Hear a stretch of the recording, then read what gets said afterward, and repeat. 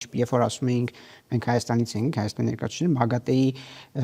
գլխավոր քարտուղարի տեղակալները ինչպիսի վերաբերմունք ունեին, այսինքն երբ որ դա միայն խոսքի մակարդակով մեզ պատմում էին, այդ թվում մասնագետներին կոնկրետ իմ բարակայում ինձ, ես մտածում էի,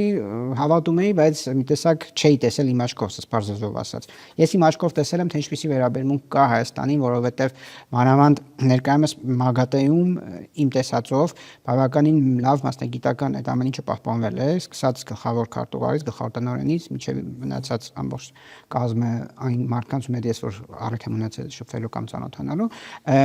իրենք գիտեն Հայաստանին ոչ թե վերջի մի քանի տարիների, այլ գիտեն Հայաստանին 77 թվականից, 95 թվականից, որովհետև դա նաև մեծ ակնածանք է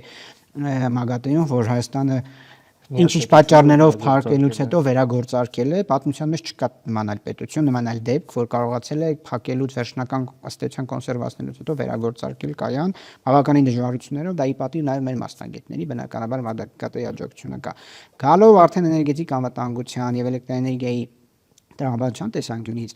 մի ձևակերպումով, հետո դա կբացենք, բնականաբար որպեսզի ավելի բարձր լինի, ատոմային էներգետիկային աշխարհում ներկայումս այլ ընտրանք չկա։